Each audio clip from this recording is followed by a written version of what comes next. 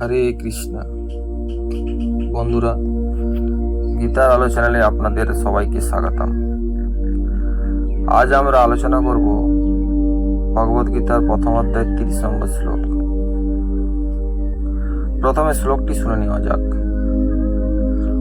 ন চ শক্যত্নাম্ব স্থাতুং ভ্রমতিব চ মে মনা নিমিত্তানি চ পশ্যামি বিপরীতানি কেশব।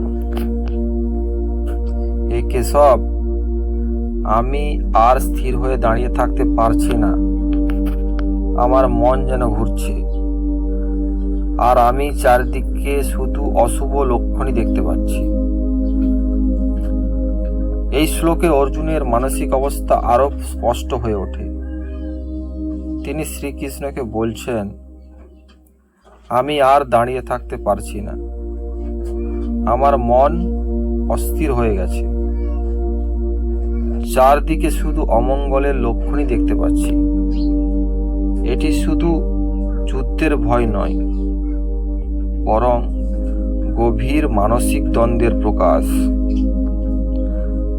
আমাদের জীবনে এমন সময় আসে যখন দুশ্চিন্তা এতটাই বেড়ে যায় যে সবকিছুই নেতিবাচক মনে হয়।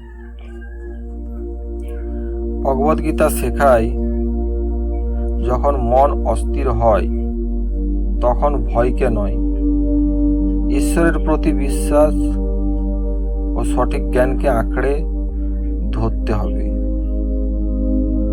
অস্থির মন ভুল সিদ্ধান্ত নেয়, তাই কঠিন সময়ে শান্ত থাকুন, ঈশ্বরের উপর বিশ্বাস রাখুন এবং ধৈর্য ধরে সঠিক পথ বেছে নিন। আমাদের আলোচনা ভালো লাগলে লাইক করুন, কমেন্ট করুন এবং গীতার আলোচনাটি সাবস্ক্রাইব করে আমাদের পাশে থাকুন। জয় শ্রীকৃষ্ণ।